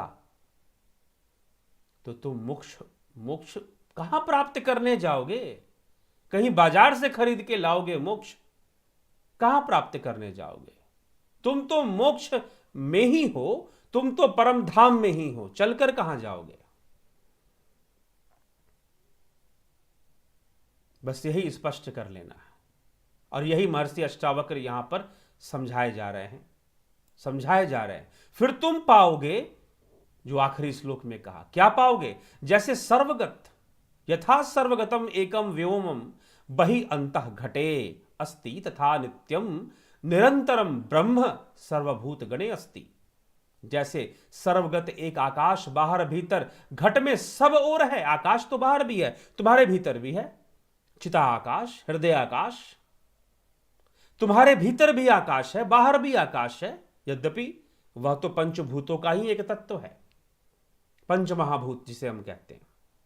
लेकिन जिस प्रकार से एक उदाहरण लिया जा रहा है, अब इसे आकाश ही मत समझ लेना, क्योंकि कई बार हम उदाहरणों को पकड़कर वैसा ही समझ लेते हैं। तो उदाहरण लिया जा रहा है कि भाई जैसे बाहर भी है अंदर भी है, वैसे ही वह ब्रह्म सर्वव्यापी ही है, वह सर्वव्यापी ही है। तो प्रश्न उठता है कि क्या मृत शरीर को कभी हमने निरात्मा कहा? क्या मृत शरीर को कभी हमने निरात्मा कहा? क्या किसी पत्थर को आप कभी निरात्मा कहते हैं? आप निरात्मा नहीं कहते, आप निर्जीव कहते हैं, आप निर्जीव कहते हैं। आप अगर आपके पास स्मार्टफोन है, आप खराब हो गया, सही से उसका टच काम नहीं कर रहा है, टच कहीं और करते हो, खुल कुछ और जाता है, बड़े परेशान हुए जा रहे हो, सही से काम नहीं कर रहा है, क्या करोगे? दिखाने के लिए ले जाओगे, ठीक कराने ले जाओगे, जो मैकेनिक है वो बोलेगा, क्या बोलेगा? करप्ट हो गया, सॉफ्टवेयर करप्ट हो गया जी, सॉफ्टवेयर करप्ट हो गया आपका, नया मोबाइल खरीद लो, नहीं तो फिर इसमें अभी इतने खर्चे लगेंगे, सारा डिलीट करके फिर से नया सब कुछ डालना पड़ेगा। ठीक है, तो जो वस्तु निर्जीव, यह जीव और आत्मा का भेद, बहुत बड़ा भेद है जीव और आत्मा में, लेकिन आत्मा परमात्मा में भेद नहीं है। इसलिए यह शब्द व्युत्पत्ति का विज्ञान भी थोड़ा समझ लेना चाहिए। मैं फिर कह रहा हूं, एटामोलॉजिकली सोचो, परमात्मा शब्द का इस्तेमाल ही क्यों, प्रयोग ही क्यों? कुछ और शब्द इस्तेमाल कर लेते, परमात्मा क्यों? इसी से प्रमाणित हो जाता है कि वह एक ही है, आत्मा और परमात्मा। कितना भेद मित्र और परम मित्र में। सर्वव्यापी रूप से आत्मा ही परमात्मा है। और जब वो आप अपने अंदर जब उसको देखते हैं, जब आप अपने व्यक्तिगत स्तर पे बात करते हैं, तो उसी तत्व को आप आत्मा कहते हैं। लेकिन सर्वव्यापी रूप में वह आत्मा ही परमात्मा है। बस इतनी सी बात है। तो इसीलिए वह शरीर को छोड़ा किसने? उस सॉफ्टवेयर ने छोड़ दिया। क्यों छोड़ दिया भाई? क्योंकि शरीर काम करने के उपयोगी नहीं था, उपयोगी नहीं था। लेकिन अब सॉफ्टवेयर की बात अगर आप यहां पर इलेक्ट्रॉनिक्स में करोगे, मोबाइल में करोगे, कंप्यूटर में करोगे, तो सॉफ्टवेयर डिपेंड है हार्डवेयर के ऊपर, उसको मिलेगा तभी चलेगा। वैसे यहां पर भी डिपेंडेंसी है, लेकिन उसकी निजी सत्ता भी है। सॉफ्टवेयर की निजी सत्ता नहीं होती, क्योंकि उसे बिजली से चलना है, हार्डवेयर से चलना है। लेकिन जीव की अपनी निजी सत्ता भी है साथ में। जीव ही वो सॉफ्टवेयर है। उस सॉफ्टवेयर में क्या है? कोडिंग है। कैसी, किसकी कोडिंग है भाई? प्रोग्रामर्स होते हैं ना, जो सॉफ्टवेयर इंजीनियर्स होते हैं, प्रोग्रामिंग करते हैं, कोडिंग करते हैं, सॉफ्टवेयर डिजाइन करते हैं। तो वो क्या है, सॉफ्टवेयर क्या चीज है बताइए। सॉफ्टवेयर सेट ऑफ कोड्स है और कुछ नहीं है। जितना भी सॉफ्टवेयर है, आप चाहे जिस मोबाइल में अपना सॉफ्टवेयर यूज कर रहे हो, चाहे वो यूट्यूब का सॉफ्टवेयर हो, चाहे वो जो भी सॉफ्टवेयर आप सुनते होंगे, आप गाने सुनते होंगे, आप गैलरी में फोटो देखते होंगे, सब कुछ सॉफ्टवेयर के माध्यम से आपके पास आ रहा है। तो सॉफ्टवेयर है क्या? It is the set of codings. जीव क्या है? कर्म संस्कारों का संकलन मात्र है। कर्म संस्कारों की कोडिंग, हमारी कोडिंग भी हमेशा होती रहती है। कैसे होती है? इंद्रियों के माध्यम से। वो कंप्यूटर वाली कोडिंग तो कभी कभी होती होगी, लेकिन हमारी कोडिंग तो हमेशा चलती रहती है। भगवान कृष्ण ने अर्जुन से क्या कहा? ना तो क्षण अपि जातु तिष्ठत्य कर्म कृत। अर्जुन, क्षण मात्र के लिए भी तू कर्म का त्याग नहीं कर पाएगा। क्षण मात्र के लिए भी कर्म का त्याग नहीं होता है। यह श्री कृष्ण अर्जुन से समझाते हुए अर्जुन को कह रहे हैं, क्षण मात्र के लिए भी नहीं। ठीक है, तो कोडिंग तो निरंतर चल रही है, नए नए संस्कार बने जा रहे हैं, संस्कारों का निर्माण होते जा रहा है, और फिर वही कर्म होगा, फिर संस्कार बनेंगे, फिर कर्म फल मिलेगा, चलता रहेगा। चक्कर है, काल चक्र है, चक्रवत विधि की गति, ऊपर कभी नीचे कभी, सुख दुख न रहते सम, कभी आते कभी जाते कभी, चलता रहता है। तो मित्रों, हम क्या कर सकते हैं इसमें? यह तो हमें बस यह समझ लेना है। इसलिए आत्मा शरीर का त्याग कर देगी, शरीर को छोड़ के चली जाएगी, जीव छोड़ेगा, और जीव के छोड़ते ही, जब तक जीव है तब तक सजीव है। जीव ने छोड़ दिया, निर्जीव हो गया, मृत शरीर निर्जीव हो गया। लेकिन परमात्मा ने उसे छोड़ दिया या आत्मा ने उसे छोड़ दिया, ऐसा नहीं है। वह सब में समान रूप से स्थित होते हुए, भगवान ने यहां पर तो अष्टावक्र महागीता में अभी नहीं, शायद आगे के श्लोकों में इसको स्पष्ट लिखा जाए, लेकिन श्री कृष्ण भगवान ने तो स्पष्ट रूप से लिखा है इस बात को, कि इस बात से भ्रमित मत होना कि चीजें विनाश को विनश्यसी ऐसे कर कर, बहुत सुंदर श्लोक जो कि पिछले व्याख्यानों में मैंने पढ़कर बताया भी है, सुनाया भी है, कि कोई वस्तु प्रादुर्भाव हो रहा है, वो जन्म ले रही है और मृत्यु को प्राप्त हो रही है, इस बात में यह भ्रम मत रखना कि विनाश इसलिए हो गया क्योंकि परमात्मा ने छोड़ दिया। जी नहीं, परमात्मा नहीं छोड़ता। हमने परमात्मा को भावनात्मक रूप दे दिया है। हमें परमात्मा कैसा चाहिए? जो हजार हाथों से आए और हमारे सारे दुखों के बंधन को खत्म कर दे। वो आए, हमारे सारे दुखों का बंधन खत्म कर दे। जी हां, यह बात तो सत्य है कि अगर आप परमात्मा को जान लोगे तो दुखों के बंधन तो दूर हो ही जाएंगे। महर्षि अष्टावक्र भी कहते हैं, तू स्वयं को आत्मा जानकर सुखी भवा, सुखी हो जा। तू दुखी मत हो, तू सुखी हो जा, यह महर्षि अष्टावक्र भी कहते हैं। परंतु आपके सुख की परिभाषा अलग है। आप आत्मा वाला सुख नहीं मांग रहे, आप तो भोग वाला सुख मांग रहे हैं। वह तो क्षणिक है और क्षणिक ही रहेगा, वो तो कोई आपको दे नहीं पाएगा। वह तो क्षणिक कुछ देर के लिए आएगा, फिर अपना रूप परिवर्तित कर लेगा, वह दुख भी पैदा कर देगा। तो समस्या यह है कि हमने पकड़ के रखा है, धर के रखा है, और जब तक ये पकड़ है तब तक दिक्कत है। इसलिए आत्मा का कोई संबंध नहीं है इस बात से कि कौन सी वस्तु निर्जीव है और कौन सी वस्तु सजीव है। यह संपूर्ण जगत जो है चैतन्य मात्र से प्रकाशित होने के कारण ही दिख रहा है, जाना जा रहा है। इंद्रियों के कारण यह भ्रम युक्त प्रतीत हो रहा है। जो भी दिख रहा है वह भ्रम के वशीभूत है। तो जिज्ञासु मित्रों, यह समझने की आवश्यकता है, इस भ्रम से मुक्त हो जाइए। श्री कृष्ण भगवान भी यही बात कह रहे हैं अर्जुन से श्रीमद् भगवद गीता में। यही बात समझाने का प्रयास उन्होंने किया है, जो कि हम गीता के अंदर बहुत विस्तार से देख चुके हैं। आगे पीछे के कुछ और वीडियोस में आपको प्राप्त हो जाएगा यह विषय। देख लेते हैं एक और श्लोक पर श्री कृष्ण क्या कहते हैं।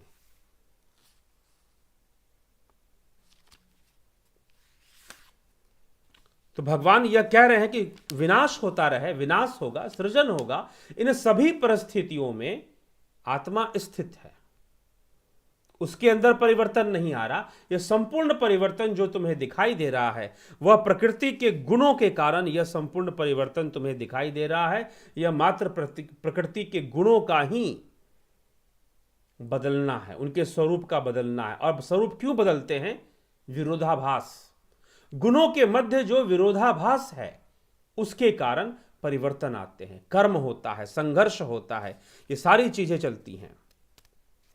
तो हमें इस प्रकार से इस विषय को समझना चाहिए और समझकर इसको धारण करना चाहिए, तो संशय होने की कोई बात नहीं है। वही बात जो मैंने आपको बताई, बल्ब, कल भी मैंने शायद इसको बोला था, बल्ब फ्यूज हो गया, बल्ब फ्यूज हो गया, बिजली को क्या फर्क पड़ता है? बिजली तो फिर भी अपना काम कर रही है, वो वहां तक पहुंच रही है। अब भैया बल्ब ही फ्यूज हो गया। देखिए 13वें अध्याय में भगवान कृष्ण क्या कहते हैं, समम सर्वेषु भूतेषु तिष्ठन्त परमेश्वरम विनश्य यत स्व विनश्यंतम यह पश्यति स पश्यति। जो ऐसा देखता है वही सत्य देखता है। पश्य मतलब देखना, विपश्यना, भगवान बुद्ध ने विपश्यना की साधना बताई। विपश्यना क्या है? पश्य मीन्स टू सी, देखना, दृष्टा भाव से देखो। श्री कृष्ण कहते हैं जो पुरुष नष्ट होते हुए सब चराचर भूतों में परमेश्वर को नाश रहित और समभाव से स्थित देखता है वही यथार्थ देखता है। इसका मतलब क्या है? नष्ट होते हुए सब भूतों में, जितने भी भूत प्राणी हैं, जो भूत शब्द यहां जीव के लिए है, तो सभी भूतों के जो शरीर नष्ट होते हैं, उनके आवरण नष्ट होते हैं, नष्ट होते हुए भी उन सब में जो परमात्मा को स्थित देखता है, नाश रहित, यहां साफ कहा गया है कि नाश रहित देखता है। विनश्यत्यस्व विनश्यंतम यह, सबका विनाश होने पर सृजन विनाश जिन चीजों का हो रहा है उन सब में परमात्मा समान रूप से स्थित है। लेकिन भ्रम कि भाई मृत्यु हो गई तो फिर अगर इसमें परमात्मा है तो इसे हंसना चाहिए, बोलना चाहिए, मतलब आप परमात्मा को बंधन युक्त मानते हैं तभी तो ऐसा कह रहे हैं। वह बंधन युक्त है ही नहीं, वो कामनाओं के बंधन में नहीं है, वो भावनाओं के बंधन में नहीं है, वो शरीर के बंधन में नहीं है, तो फिर वो ऐसा क्यों करेगा? कुछ लोग तर्क देते हैं हमारा हृदय नहीं मानता। अब ये कोई तर्क ही नहीं हुआ कि आपका हृदय नहीं मानता। मेरा हृदय नहीं मानता कि मैं सूरज को सूरज बोलूं, मेरा हृदय कहता है कि मैं सूरज को चांद बोलूंगा, तो आपको कौन रोकने वाला है? बोलिए ना भाई। मैं पहाड़ को नदी बोलूंगा, नदी को पहाड़ बोलूंगा, आप बोल सकते हैं, आपकी स्वतंत्रता है, लेकिन चीजें उस ढंग से नहीं है। शब्द प्रयोग से सब कुछ नहीं हो जाता। इसीलिए वह जो सब कुछ यही विधि जग हरि आश्रित रही, सब कुछ उसी पर आश्रित है, बिल्कुल वैसे ही जैसे माला धागे में पिरोई हुई है, फूल पिरोए हुए हैं, उस माले का अस्तित्व स्वतंत्र नहीं है। ठीक, तो सब कुछ उसी से, उसी में है, और सत्य तो है कि वही है, सत्य तो है कि वही है स्वयं ही। तो इसलिए हमें ना सोचकर ये जो कोई मृत है, कोई अपवित्र है, कोई मृत हो गया, कोई अपवित्र हो गया, यह तो इंद्रिय अनुभव का विषय है। क्या कहा रामचरितमानस में? जिस समय भगवान राम ने बाली का वध किया, बाली की पत्नी तारा रोते हुए आ गई कि आपने मेरे पति का वध कर दिया। भगवान राम कहते हैं, दो गोस्वामी जी लिखते, तारा देख विकल रघुराया, दीन ही ज्ञान लीनी हर माया। तारा को आत्मज्ञान देकर, तारा को ज्ञान देकर भगवान राम ने समझा दिया कि मैंने किसी का वध नहीं किया। तू किसके लिए विलाप कर रही है? क्या शरीर के लिए विलाप कर रही है या उसकी आत्मा के लिए विलाप कर रही? किसके लिए विलाप कर रही है? तो जो मरा, जो नष्ट हुआ, वह शरीर मात्र है, वह जीव नहीं नष्ट हुआ, वह जीव नष्ट नहीं हुआ, वो नष्ट नहीं हो सकता, वो भंग नहीं हो सकता, वह तो मुक्त हो सकता है।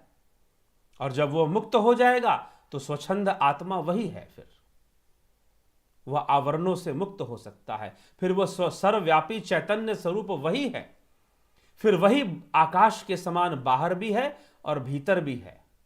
इस प्रकार से कहा जा रहा है वह स्थिति वैसे ही बनी रहेगी।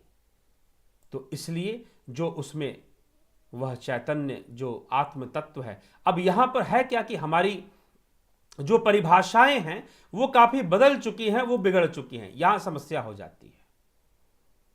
लोग चैतन्य कहते ही मतलब वो समझते हैं कि जो फिजिकल कॉन्शियसनेस है, अवेयरनेस है, जी नहीं, वो तो एनेस्थीसिया देकर भी खत्म किया जा सकता है। अगर वो चैतन्य आत्मा होता तो क्या एनेस्थीसिया से खत्म हो जाता? डॉक्टर दे देते हैं आपको एनेस्थीसिया, जितनी चीड़फाड़ करने हैं कर लेते हैं, पता भी नहीं चलता मरीज को।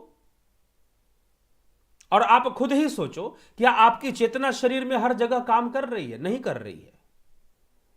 भोजन डालते हो, यहां तक समझ में आता है, बहुत हुआ तो थोड़ा गरम गरम है, ज्यादा ठंडा है तो थोड़ा और नीचे तक समझ में आएगा।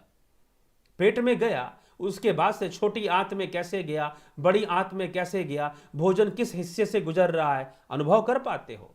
नहीं। आपके पूरे शरीर पर आपकी चेतना, आपकी अवेयरनेस नहीं है। क्या हड्डियों को अनुभव कर पाते हो अपने?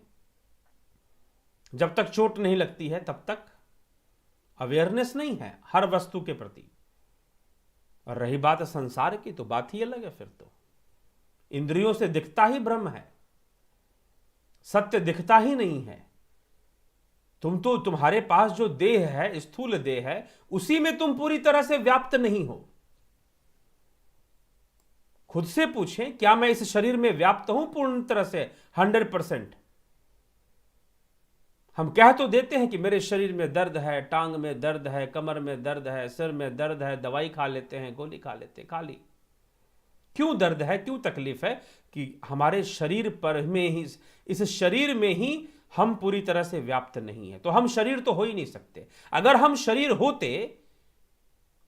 शरीर होते तो हमारे शरीर में कहीं भी थोड़ी सी भी गड़बड़ी आती तो उसी क्षण हमें पता चल जाता। उसी क्षण हमें पता चल जाता कि हां भाई, यहां प्रॉब्लम ऐसे आ रही है, यहां पर ब्लड की ब्लॉकेज हो गई है। लेकिन हम नहीं है शरीर। अगर हम शरीर होते तो हमें पता चलता कि हमने भोजन किया, भोजन का स्वाद मात्र जिह्वा तक नहीं आता, उसके नीचे भी आ रहा होता। कब छोटी आंत में भोजन गई, लंबी सी तो आंत है तुम्हारी, ना जाने कितने दूर तक पहुंच जाएगी, 800 मीटर की लंबी आते हैं तुम्हारी, उसमें कहां कहां से भोजन गुजरते हुए जा रहा है, सब पता चलता तुम्हें अगर तुम शरीर होते वास्तव में। तो एक बात नहीं है, अनेकों ऐसे प्रमाण हैं जो ये प्रमाणित करते हैं कि हम शरीर नहीं हैं, लेकिन बद्ध हैं। स्थूल अभिमान हमारे अंदर है और उससे हम ग्रस्त हैं। चाहे कोई भी हो, मैं ये कह दूं कि मैं नहीं हूं, थोड़ा कम ज्यादा बस समझने की आवश्यकता है, विकसित करने की आवश्यकता है, जानने की आवश्यकता है।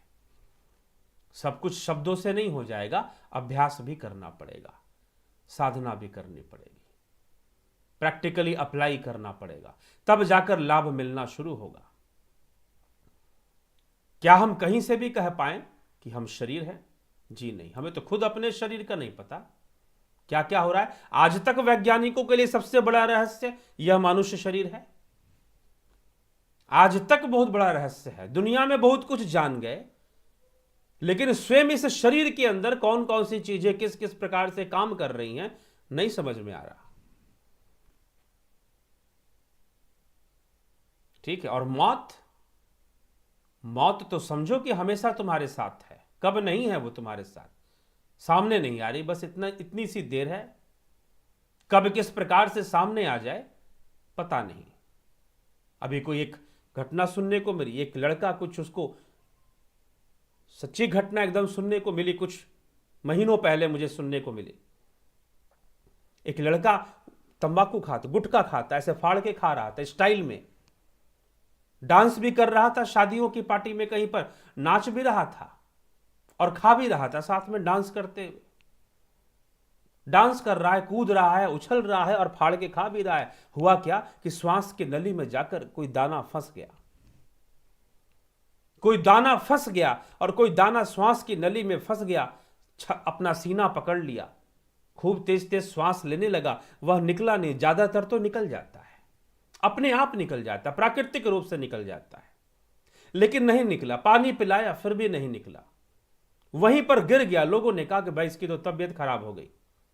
ले गए हॉस्पिटल। जब हॉस्पिटल पहुंचे तो डॉक्टर साहब ने कहा कि कुछ नहीं रहा, अब कितने नजदीक है मौत, हमारे मृत्यु कितने पास है, कितने करीब है, किस रूप में प्रकट हो जाए बताना मुश्किल है। कौन सा रूप धारण करके प्रकट हो जाए वह तो साथ ही है। प्रत्येक क्षण चल रहा है प्रलय और सृजन, दोनों ही। सृजन भी हो रहा है, प्रलय भी हो रहा है, दोनों ही चल रहे हैं, प्रत्येक क्षण चल रहे हैं। यही तो है। क्या है शरीर? तो हमें स्वयं से, और यही बात महर्षि अष्टावक्र यहां पर अपने इस ग्रंथ में समझाने में लगे हुए हैं राजा जनक को। तूने स्वप्न देखा कि तू भिखारी है, अब तू राजा है, तेरा सत्य क्या है यह जान ले। तू नहीं है, ना तो तू भिखारी है, ना तो तू राजा है, ना तो तू ब्राह्मण है, ना तो तू क्षत्रिय है, ना वैश्य, ना शूद्र, ना गृहस्थ, ना ब्रह्मचारी, ना सन्यासी, ना वानप्रस्थ। तू आत्मा है, बस यही तेरा सत्य है। बस तुझे उसी की साधना करनी है, तुझे उसी को जानना है। तुझे जानना भी उसको नहीं है, वो तुझसे अलग थोड़ी ना है कि तू उसे अलग से जानेगा। वह तो तू ही है, और जो तू ही है बस तू वही हो जा। जो तू है तू बस उतना ही हो जा, और कुछ होने की जरूरत नहीं है। जिस दिन तू वही हो जाएगा, तू परम धाम में है, तू मोक्ष में है। तू भाग कर कहां मोक्ष को प्राप्त करेगा, दौड़ कर कहां परम धाम में जाएगा, तू स्वयं में ही हो जाएगा जो है। तो बस यही अष्टावक्र महागीता का प्रथम प्रकरण यहां पर मित्रों समाप्त होता है। द्वितीय प्रकरण कल से हम शुरू कर देंगे। मतलब अध्याय, वास्तव में ये तो लेक्चर के ऊपर संख्या दी गई है, 1 2 3, आज तीसरा था, कल चौथा संख्या दी जाएगी। और कल का भी विषय बहुत अद्भुत रहेगा। कोई अन्य विषय हुआ तो अन्य विषय पर भी चर्चा आ सकती है। वैसे चलिए देखते हैं, विचार करते हैं, आगे बढ़ते हैं। तो मेरे ख्याल से अब ये प्रश्न नहीं होगा। हाँ, एक प्रश्न था, राज क्या कहते, गुरु जी आपसे विनम्र भाव से एक संशय दूर करने की कृपा है। मनुष्य के सोने के बाद जो मन की स्थिति होती है, अर्थात शांति मिलती है, क्या मृत्यु के बाद भी सुख और शांति और अनुभूति होती है? यह वैसे नहीं होती है। क्यों नहीं होती है? क्योंकि जीव की आसक्ति शरीर में है। हाँ, यह जरूर है कि शरीर में व्याधि होने से या शरीर का भंग होने से, शरीर नष्ट होने से यह जीवात्मा इस शरीर का त्याग करती है, विवशता पूर्वक वह इसका त्याग करती है। लेकिन वह त्याग करना चाहती नहीं है। लेकिन अगर वो चाह ले, अगर वो उसकी ऐसी स्थिति हो जाए कि भाई उसका शरीर जो नष्ट हो रहा है, उसके प्रति जो आसक्ति है, जो मोह है, अगर वो ना बचे, अगर वह मोह आसक्ति ना बचे, तो निश्चय ही फिर कोई दिक्कत नहीं है। फिर उसे वैसे ही सुख शांति प्राप्त होनी शुरू हो जाएगी। बिल्कुल सही कहा आपने। लेकिन अगर आसक्ति पूर्ण है, आसक्ति से भरा हुआ है, तो फिर कहां से? तो फिर संभव नहीं है कि उसे वैसे ही सुख शांति प्राप्त हो। और वही तो फिर भटकती है। फिर भटकाव क्यों होगा? वही तो फिर भटकती है जिसे आप कहते हैं कि आत्मा भटक रही। आत्मा नहीं भटक रही, भूत भटक रहा है, जीव भटक रहा है। ठीक है, जीव भटक रहा है, आत्मा नहीं भटक रही है। तो यह हमें इसको इस प्रकार से समझना चाहिए, यह बात समझना चाहिए।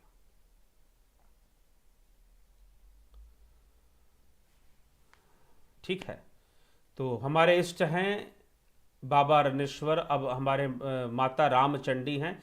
इसके ऊपर आप बता सकते हैं क्या इनका क्या गया, क्या गुण और अर्थ है, और इनका पूजा विधि का, ये आपका व्यक्तिगत विषय है। आप कभी व्यक्तिगत रूप से इसको पूछिए, हम इस पर चिंतन कर कर आपको जरूर बताएंगे।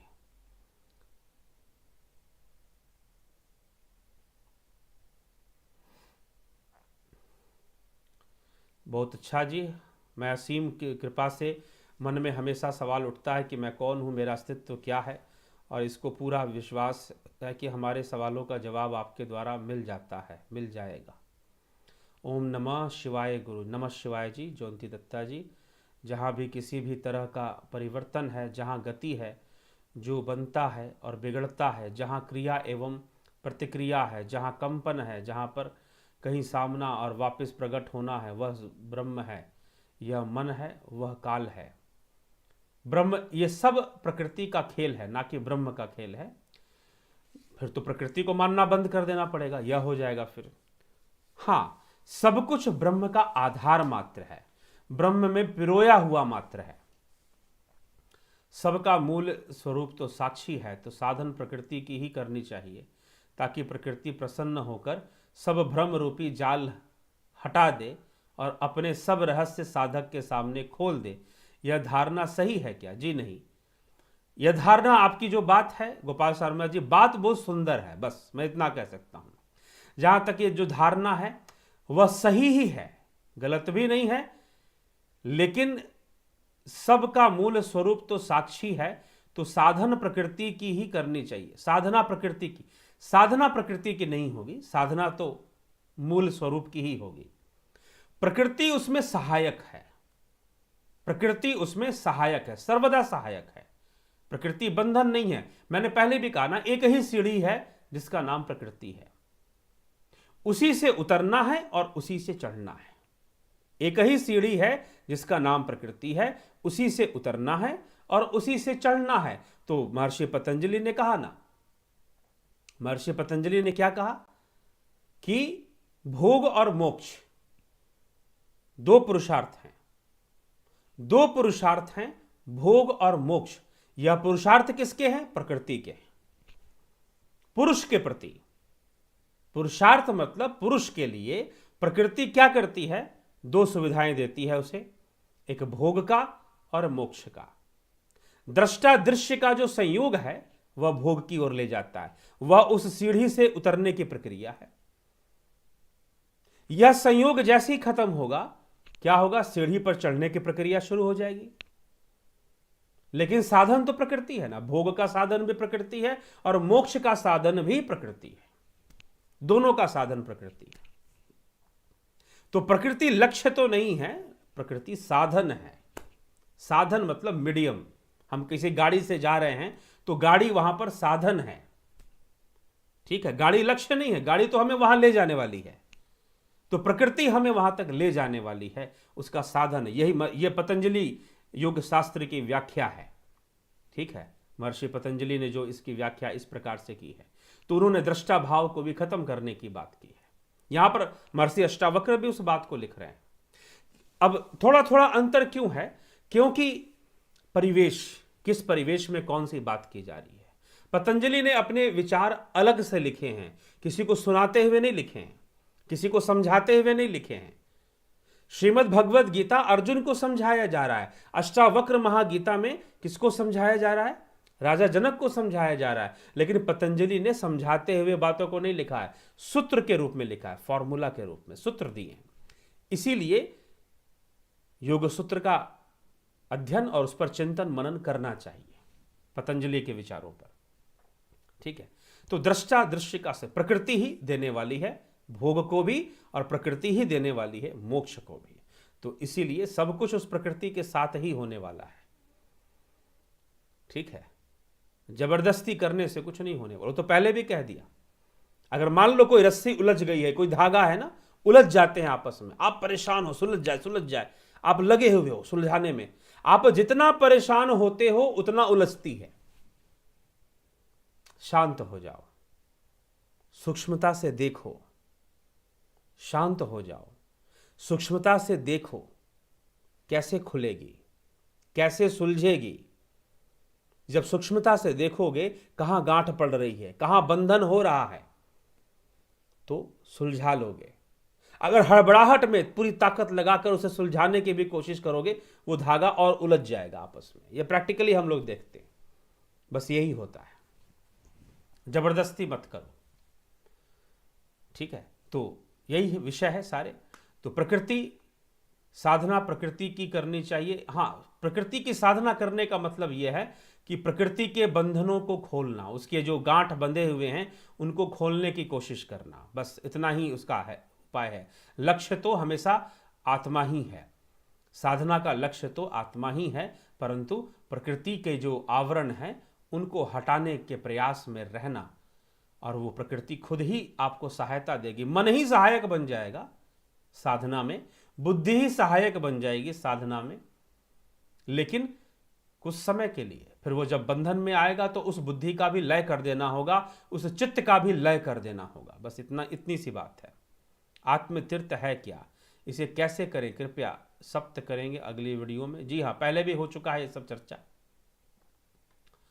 समन्वय और सामंजस्य के साथ व्यवहारिक, तात्विक एवं ज्ञान समाज से प्रसारण करने हेतु साधुवाद। साधुवाद आपको भी सुनने के लिए कि आप यहां पर आए और आपने सुना। महेंद्र कौशिक जी, ठीक, तो सबको ठीक है जी। बहुत बहुत आप सबका बहुत बहुत अभिनंदन। अहम ब्रह्मास्मि जी, यह जो है प्रकृति की उपासना क्यों की जाती है, प्रकृति की उपासना क्या करना है, प्रकृति पर नियंत्रण के लिए ही प्रकृति की उपासना होती है। उपासना या उसकी साधना होती है उसको सुलझाने के लिए, उसकी शक्तियों को जानने के लिए, और कोई उसमें दूसरी बात नहीं है। और एक विज्ञान है इसके पीछे, मंत्र सिद्धि का भी विज्ञान है, अनेक योग सिद्धियों का भी अपना विज्ञान है। उस मूल विज्ञान को जब तक साधक नहीं समझता तो वो सिद्धियां करने के चक्कर में स्वयं का नुकसान भी कर लेता है, ठीक ना। सिद्धियां करने के चक्कर में स्वयं का नुकसान भी कर लेता है, तो उससे बच जाएं। हम आपके शिष्य परम जगत नारायण जी, चैतन्य गुरु जी के चरणों में कल्याणमस्तु जी, आपका कल्याण हो, सबका कल्याण हो। सर्वे भवन्तु सुखिनः, सर्वे सन्तु निरामया, सर्वे भद्राणि पश्यन्तु, मां कश्चित् दुःखभाग् भवेत्। ज्योति दंता जी क्या कह रहे हैं, ओम गुरु जी नमन बंदन। कलिकाल में हरि नाम कीर्तन मोक्ष की मार्ग बताया है, लेकिन योग को छोड़कर मांस मछली खाकर, चंदन की तिलक लगाकर, गले में तुलसी या रुद्राक्ष माला डालकर ईश्वर के नाम लेने से क्या ईश्वर प्राप्त होगा? कुछ ऐसी बात कह रहे हैं। जी नहीं, क्यों होगा? बाहरी आवरण से क्यों होगा? अगर बाहरी आवरण से हो जाता तो फिर यहाँ क्यों कहा जाता कि ना मैं ब्राह्मण हूँ, ना मैं क्षत्रिय हूँ, ना मैं वैश्य हूँ, ना मैं गृहस्थ हूँ, ना मैं सन्यासी हूँ, ना मैं वानप्रस्थी, ना ब्रह्मचारी हूँ। ऐसा महर्षि अष्टावक्र को कहने की आवश्यकता नहीं पड़ती। और शब्द जाल में मत पड़िए कि क्या है क्या नहीं है। आप उसे आत्मा कहते हैं या क्या कहते हैं, चैतन्य कहते हैं, वह जो स्वयं है, अपनी शांति से बैठकर किसी एकाग्र स्थान पर देखिए सारी चीजों को, तो समझ में आएगा कि क्या है। शब्द ही नहीं कि ये है, ये है। एक भाई साहब कहते रह गए, सारा जीवन कहते रह गए, ब्रह्म ही सर्वव्यापी है, ब्रह्म ही सर्वव्यापी है। कुछ लोग बस शब्दों का जाल बिखेर कर सोचते हैं कि हम ज्ञानी हैं। जी नहीं, अनुभव के मार्ग पर आना पड़ेगा, ध्यान के मार्ग पर आना पड़ेगा। कृष्ण बार बार यही कह रहे हैं, क्या चैतन्य है, क्या व्याप्त है, क्या नहीं व्याप्त है। सिर्फ तर्कों से मत समझो, सिर्फ तर्कों से ही समझोगे क्या सब कुछ, तो मैं आपको खिला देता हूं यहां पर शाही पनीर, क्या तर्कों से खा लोगे? पेट भर जाएंगे? नहीं भरने वाले। ना गच्छति विना पाणम व्याधिर औखद शब्दता, बिना अपरोक्ष अनुभवम ब्रह्म शब्दार्ण मुच्यते। विवेक चूड़ामणि। आदि शंकराचार्य क्या कहते हैं? आचार्य शंकर कहते हैं, ना गच्छति विना पाणम व्याधिर औखद शब्दता, बीमारी कभी दवाई के नाम लेने से दूर नहीं होगी। बिना अपरोक्ष अनुभव के बिना, प्रत्यक्ष अनुभूति के बिना मात्र ब्रह्म शब्दार्ण मुच्यते, ब्रह्म ब्रह्म कहने से, आत्मा आत्मा कहने से नहीं हो जाएगा। यह तो शब्द है भैया, अक्षर है, वो भी जिह्वा से तुम बोल रहे हो वह है, ठीक है। तो इसलिए हमें इस पर विचार करना चाहिए। चलिए आइए इसको हम यहाँ पर विराम देते हैं, और कल फिर 9 बजे निश्चय ही, कल तो 9 बजे का भी कार्यक्रम होगा, 7 बजे भी तत्व मीमांसा के ऊपर चर्चा आएगी, मेटाफिजिक्स के ऊपर, तत्व मीमांसा पर, कि तत्व मीमांसा क्या है। तो मित्रों, इसी के साथ आपसे विदा लेंगे। आज कल फिर से 9 बजे निश्चित ही उपस्थित होंगे, और एक नए विषय पर। कौन सा विषय है अभी आ जाएगा सामने, आपको कम्युनिटी पोस्ट में आ जाता है और शेड्यूल भी हो जाता है, तो ज़रूर आप उससे जुड़ जाएं। इसी के साथ विराम देंगे। बहुत बहुत धन्यवाद जुड़ने के लिए, बने रहने के लिए। एक सहयोग जरूर कर दें, चैनल को सब्सक्राइब कर दें और शेयर कर दें। और कुछ भी आप जो है इस लाइव चैट में अगर आप ये अनुदान देना चाहें तो इसके माध्यम से भी आप दे सकते हैं। अन्यथा यहाँ पर डिस्क्रिप्शन में सारा डिटेल दिया होता है, आप उसके माध्यम से भी आप वहाँ भी आप सहयोग या अनुदान दे सकते हैं। क्योंकि कई लोग पूछते हैं इसके लिए, और कई लोग यह भी पूछते हैं कि क्या आपके साधना केंद्र दिल्ली में नहीं है, पुणे में नहीं है, मुंबई में नहीं है, भोपाल में नहीं है। कुछ लोगों ने ऐसे पूछा था। अभी तो नहीं है जी, भविष्य में हो जाएगा। लेकिन कैसे होगा? सब आपके सहयोग से होगा और आपके द्वारा होगा। ठीक है, आपके द्वारा ही होगा। जुड़े रहें, बने रहें, देखते रहें। बहुत बहुत धन्यवाद।